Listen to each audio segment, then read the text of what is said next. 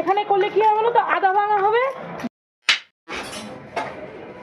সকলকে জানাই আরে কি এখন কোনো সিজন নেই, সব চলে গেছে। বিয়ে বাড়ির সিজনের শুভেচ্ছা। ও হ্যাঁ, তা চলে। সেই বিয়ে বাড়ির সিজনে বিয়ে বাড়ির একটা রেসিপি হবে। সেই রেসিপিটা হচ্ছে চিকেন রেজালা। ওটা রেজালা বলে, ঠিক আছে, বাংলাতে রেজালাও চলে। রেজালাই তো বলা যায়। চিকেন রেজালা এটা মনে হয় আফগানি ডিশ না? হতে পারে।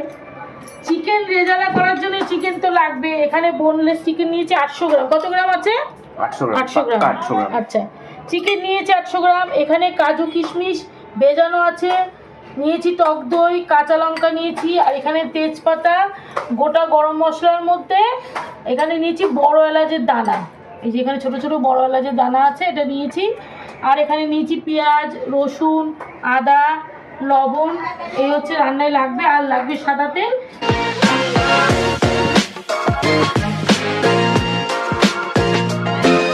সেটা এখানে নেই, রান্না করতে করতে দেখাবো। চলো আগে চিকেনটা ভালো করে মেখে নিই। আমি কিন্তু আগেই মেখে রাখতে পারতাম, শুধু তোমাদের দেখাবো বলে আমি চিকেনটা মাখিনি। আর এই টক দইটা কিন্তু পুরো জল ঝরিয়ে আমি রেখে দিয়েছি। 1 বাটি নিয়েছি কিন্তু টক দই, দেখেছো তো। আচ্ছা, এখানে লবণটাও দিয়ে দিই। এই যে 1 চামচ ভরে ভরে দিলাম লবণ, পরে যদি লাগে তখন আমি দেব। আচ্ছা, দেবো এর মধ্যে সাদা তেল।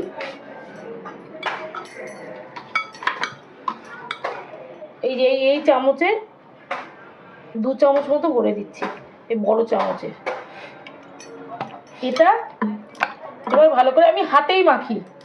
হাতে মাখলে কিন্তু বরং ভালোই হবে। জগন্নাথ, হাত দিয়েই করতে হবে, কারণ চিকেনের সাথে ভালো করে চটকে চটকে মাখাতে হবে। আমি এর মধ্যে এবার একে একে সব কিছু দেবো। চিকেনটা মাখা থাক, একটা প্লেট দিয়ে আমি ঢেকে রাখি এটাকে। বন্ধুরা, এই যে চিকেনটা তো মেখে রেখে দিয়েছি।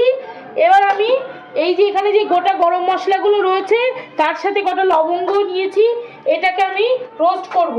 রোস্ট করে হালকা ডাস্ট করব। চলো রোস্টটা করি। আর এদিকে কিন্তু আমি দুধ নিয়েছি। আমি এই রান্নাতে কিন্তু জল ব্যবহার করবো না, এই দুধটাই পড়বে।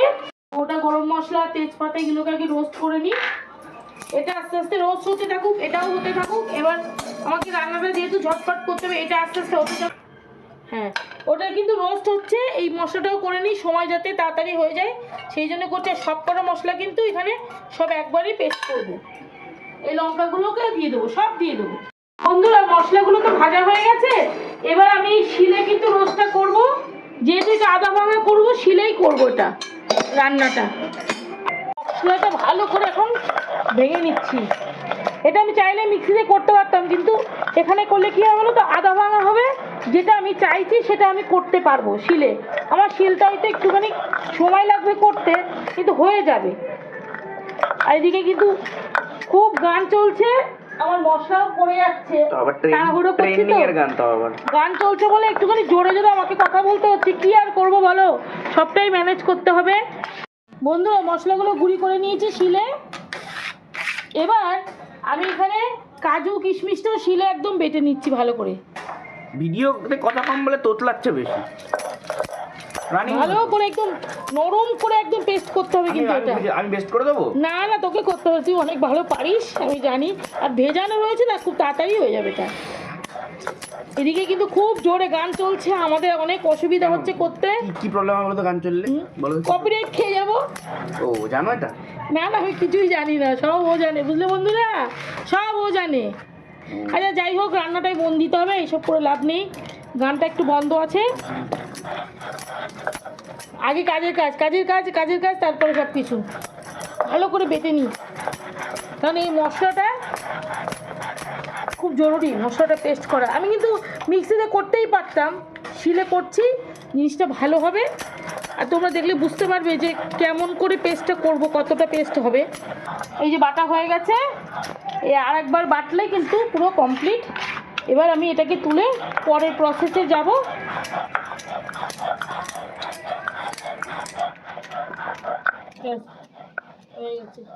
এই দেখো কি সুন্দর হয়েছে কাজু কিশমিশ বাটা। এটা কিন্তু রান্নার একটা খুব গুরুত্বপূর্ণ পার্ট। শিলে করলাম এই জন্যেই যে শিলে বাটা রান্না তো কিন্তু সবসময় ভালো হয়। বাচ্চাকে গান চলছে ছেড়ে দে। এই যে বন্ধুরা হয়ে গেছে, তুলে নিলাম। এদিকে গান ফাটিয়ে গান হচ্ছে, কী যে হবে জানি না। ব্যাস,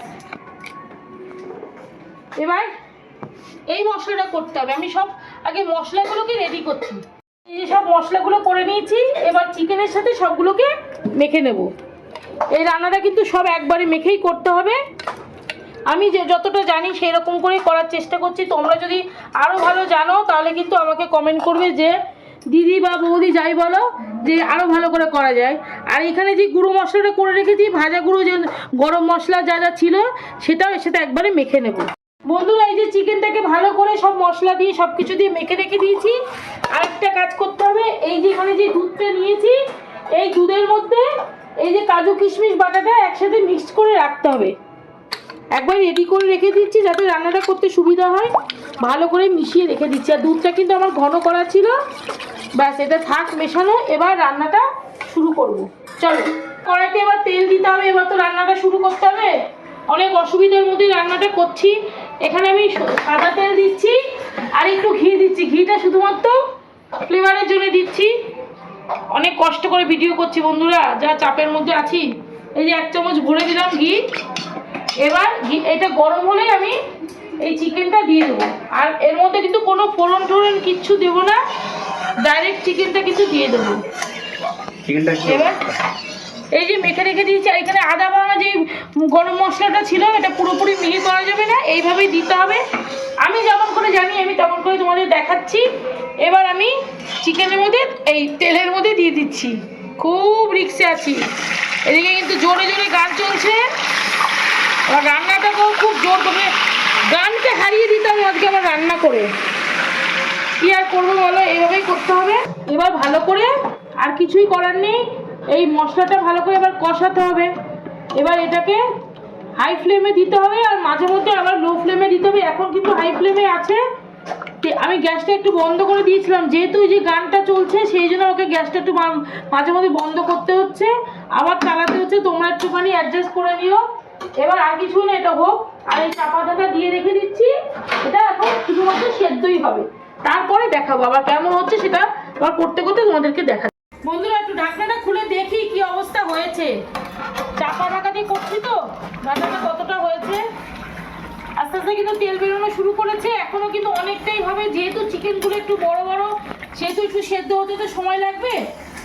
আর চিকেন রেজালা, চিকেন চাপ, এগুলো কিন্তু চিকেন একটু বড় হলেই বেশি ভালো হয়। তাই জন্য এখন এটা চাপা দিয়ে ডেকে ডেকে বারবার করে রান্না করতে হবে। একটু সেদ্ধ হতে সময় দিতে হবে। আবার আমি ডেকে রাখছি। এটা পুরো কষা হয়ে গেলে তারপর তো কালারটা চেঞ্জ হবে না, কিন্তু এরকম সাদাই থাকবে। এটা যেহেতু আমি কোনো কালার দিইনি, সাদাই থাকবে। আর দুধ দিলে কিন্তু আরও সাদা হবে। আবার আমি চাপা দিয়ে দিলাম, আবার সেদ্ধ হোক, আবার দেখাচ্ছি। হ্যাঁ, তেল বেরিয়ে গেছে, মানে রান্না কিন্তু মোটামুটি হয়ে গেছে। এবার এই যে দুধের মধ্যে কাজু কিশমিশ বাটাটা ছিল সেটা এর মধ্যে আমি দিয়ে দেবো।